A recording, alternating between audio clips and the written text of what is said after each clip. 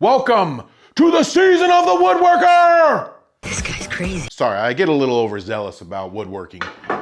And with good reason. If you're a woodworker, we are now entering the most lucrative time of the year for us. From fall past Christmas is a woodworker's most lucrative time of the year because everybody wants these fall projects, these Thanksgiving, Halloween, Christmas. They want it all. They want all this stuff. I need it. And you are the one that's gonna give it to them. I need you, baby. I need you. In today's video, I'm gonna show you how to make a bunch of easy Thanksgiving decorations or Thanksgiving themed projects using these, some simple triangles. Triangle. It's not technically a triangle. If you could cut a triangle, you can make most of these projects. And my first project is a really popular Thanksgiving icon, and I've seen tutorials on it, but most of the tutorials I've seen use a bandsaw or a jigsaw. So I sat down and ate a whole box of cookies. Cookie! Just for you, trying to figure out how I can make this as simple and easy as possible, but without a bandsaw or a jigsaw. Hopefully you like what I came up with and it's something you can build. Now, let's get to building. For this first one, we need just about a 12-inch piece of a 1x6. Mine's so wavy I can stain it brown and make it look like a piece of bacon. Okay, now set your saw to 15 degrees. When I'm doing small projects like this, I like to clamp a sacrificial fence to my miter saw. It helps eliminate tear out, but it also gives you a place to mark your measurements on. I just leave this wood on there and then I cut it I move it over and recut it every time I need to adjust my saw. So now I'm adjusted to 15 degrees, so I gotta recut it. So my first cut is just gonna be to get my wood started at a 15-degree angle. Then you're gonna flip the wood to make your first cut. So I'm just getting my piece set up to where I get a full triangle cut out of it all the way to the edge. Then I'm gonna use a pencil and I'm gonna mark where that's at right on to the wood. Now you could set up a stop block, but sometimes when I cut stuff like this, small like this, it gets pinched in there. So now cut your first piece, then flip your board and line up your second piece and line it up to that pencil mark you made earlier. Then make your second cut. Make sure you flip the board each time and do this 6 times till you get 6 triangles. Okay, so now change the angle of your miter saw from 15 to 31.6.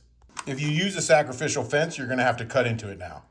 Okay, now line up your piece to where you're cutting about 3/4 of an inch off, 5/8. It's not super important, just as long as you're consistent. When you get your piece where you want it, mark that on your fence so you can repeat that cut. Now you're gonna cut that corner off, flip your piece, and do it again. So your piece is gonna look like this. And no, we're not making a coffin. This is Thanksgiving decor. Okay, so now get yourself a 1x4. You're gonna cut that same 15-degree triangle, except this time you're gonna leave it fat on the top. You're gonna do about 2 inches on the bottom. Okay, so now take that same 1x4 and you're gonna cut a square out of it. So it's gonna be, a 1x4 is 3.5 inches across, so it should be 3.5 inches this way. Okay, now put your miter saw to 45 degrees. Okay, now we're gonna cut that 1x4 into a stop sign. So as you can see, your stop sign doesn't have to be perfect. And judging by the way a lot of you guys drive, you probably don't know what a stop sign looks like, so you might have to Google it. I'm gonna use my benchtop sander to shape my stop sign into more of a circle, except for one side I'm gonna leave flat. Now you could do this also with an orbital sander, or it would be a lot of work, but you could also staple a piece of sandpaper to a 2x4 and then rub the corners on there until you round them down. Now I'm also gonna use the benchtop sander to round down the corners of my little 1x4 triangle. I'll show you a better up close picture so you can see what I'm doing. I'm just giving it some shape. These are too small to try this on the miter saw. Now I'm not sponsored by these benchtop sanders at all, but if you're gonna do little woodworking projects like this, these are so helpful to have. They speed up the work. You can use them to make simple shapes, and I really like using them to round over corners like this. You can take little bites at a time, and it's much easier than using a bandsaw or a jigsaw. This Wen one that I'm using, it usually runs around $99. I'll leave a link to it in the description. This one I've used for a long time and I love it. Why don't you marry it? Okay, now I got all my pieces cut. I'm gonna put it together. I'm not gonna glue it yet. I'm just gonna show you guys what it's gonna be. See if you guys can guess what it is. I'm gonna stain each piece a different color, so I'm gonna stain it first, then I'm gonna glue it together. Can you guys make out what it is yet? No, it is not the NBC Peacock logo. Then we got our round piece right here. And then this is gonna go in the front. Did you guys guess a turkey? You're right. If you did not guess a turkey, You are stupid. You are straight up stupid. okay, if the circle was a little bit tricky for you to cut because it's not a triangle, and I said most of this was gonna be triangles, here's another one you can do. This one's a little bit smaller. These were cut with 1x4s, but but it's basically the same thing. You can leave out the circle and just do one little triangle in the front. So this whole thing is basically made from all the same triangles. Now, another thing you can do is I cut these other pieces, and these are a little bit bigger than these ones. And the reason they're bigger is they're made out of a 1x6, but instead of making them sharp at the end like that, I left a gap and I made them a little bit wider. And then what you would do with these is you would set them up behind this as a second set. And this would give you a little bit more depth. Let me put it together and I'll show you. So if you chose to, you could do that second set behind there. You do even more colors, or you can make it all one color. However you want to do yours is fine. You can paint it. I'm going to try to use some stain because I like using stains. I might paint the small one just to show you guys a difference, but there you go. There's a double set. Okay, so I made some samples and I chose these 3 colors right here. This first one is called Colonial Maple. It's by Varathane, and it's got an orange hue to it. I don't know why it's so orange. I've never seen a stain that orange, except for my orange stain, but I thought it would look pretty good. I'm only staining the front and the top. I'm not doing the sides because they're gonna be glued together. So to glue this, I'm just gonna put a little bit of wood glue and then some CA glue. You only need a few dabs and it's gonna work as a clamp while this dries. Well, I'm gonna spray some activator to speed up the process and then just squeeze it together. Then repeat that all the way around until you get it all glued together. You're gonna glue that big circle on the front, so that's gonna help hold it too. I like to envision that I'm icing a cupcake. It doesn't help with the gluing process, I just like to envision it. So for this neck and face part, you're gonna set it up a little higher than the circle, so you only need to put glue on the bottom of it. Now you can't really tell because I have the camera to the side a little bit, but I'm just lining it up with the very center line of those feathers. And then off camera, I clamped it all together. Now for the small turkey, I just picked some random colors that I had. I didn't do anything scientific. I'm not a colorologist, so I don't even know if I matched the right colors together.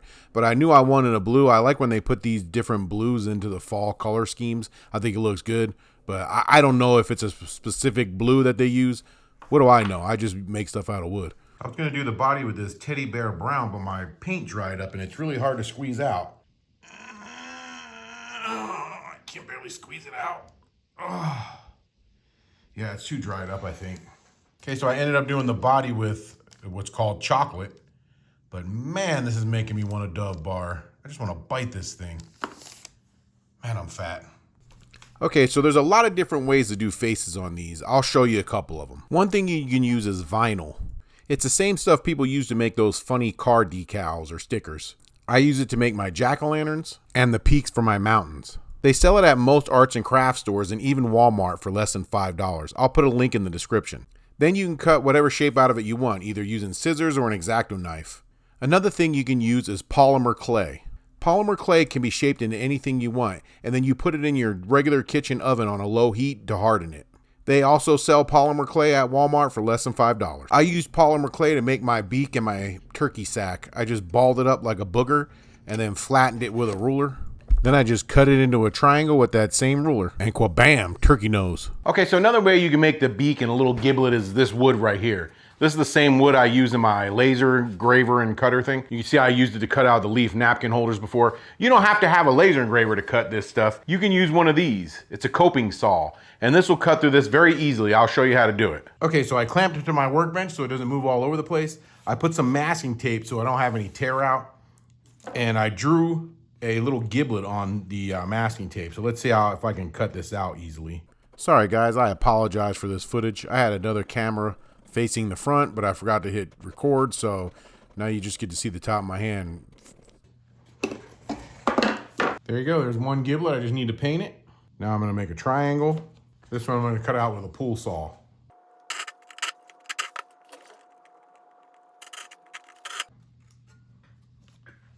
Bam! Bam! Beak and giblet, baby. I gotta find an easier way to paint these. This was not easy to do with these big sausage fingers that I got. Next time I'm definitely getting the tweezers I keep by the toilet. It's so small. Okay, so this is the beak and the giblet I made out of the polymer clay. I'm just gonna use some CA glue to attach it. Hopefully that don't mess up the paint.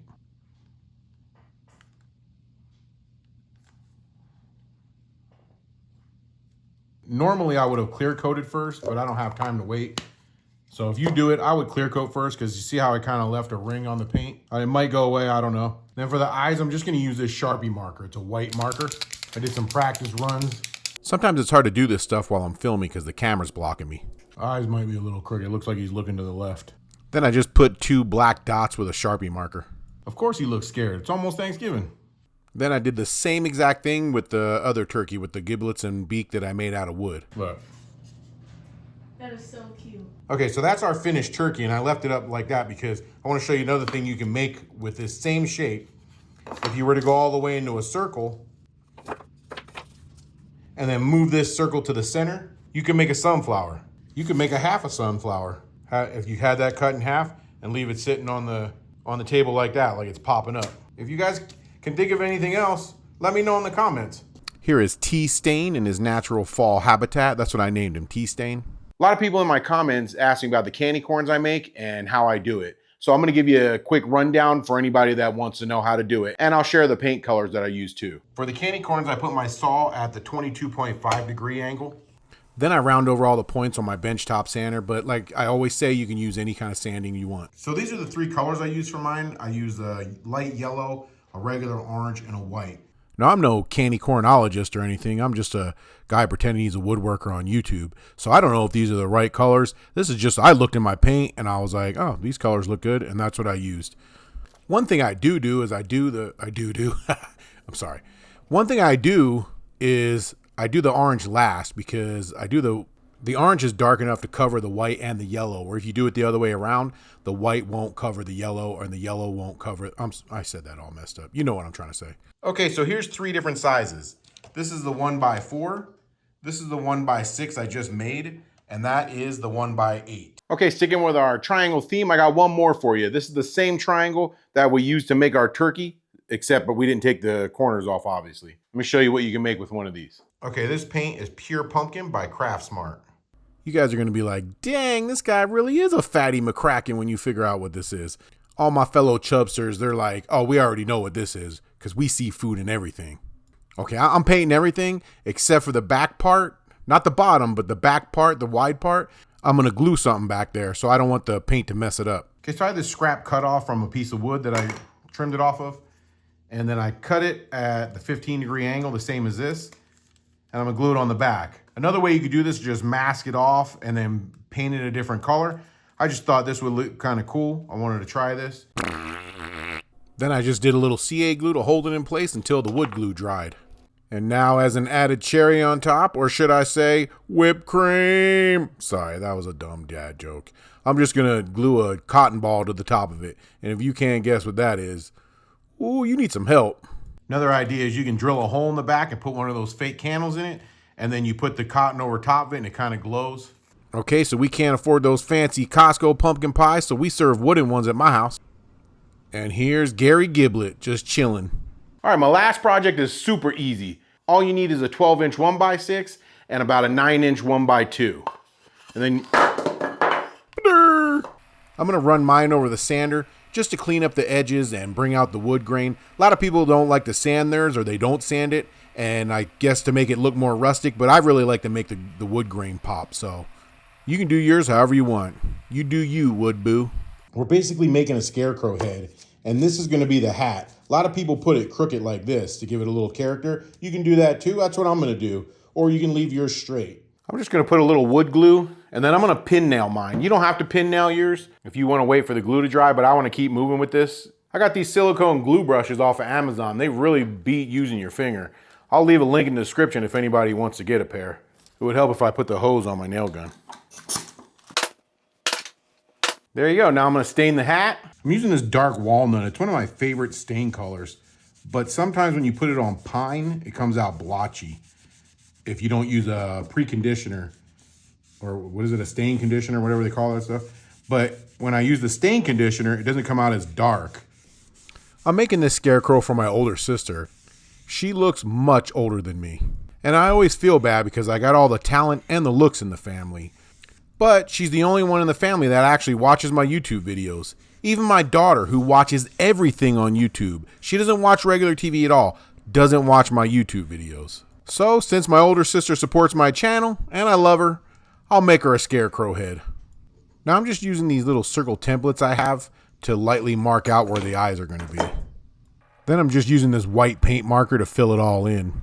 It's nothing fancy. I just got it at Walmart. It's an acrylic paint marker. Notice how good the wood grain in the hat looks? That's why I like to sand it first. My wife said I made the white part a little bit too perfect, too uniform, I should say. And I tend to have a problem with that, and I probably should have made it black. So I'm gonna just draw the black part in here, and hopefully it looks okay.